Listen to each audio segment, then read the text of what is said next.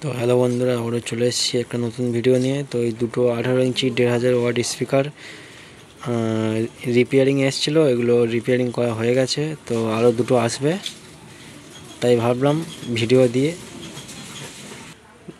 তো 4টে speaker coil কেটে গেছিলো, তো দুটো স্পিকারের কয়েল করেছি, আর দুটো দেখতে পাচ্ছ এই কয়েল আছে, এখনও করা হয়নি। এগুলো 4 ইঞ্চি ইন আউট ভয়েস কয়েল। তো স্পিকার দেখো বন্ধুরা, দুটো রিপেয়ারিং হয়ে গেছে, তো আর দুটো আসবে।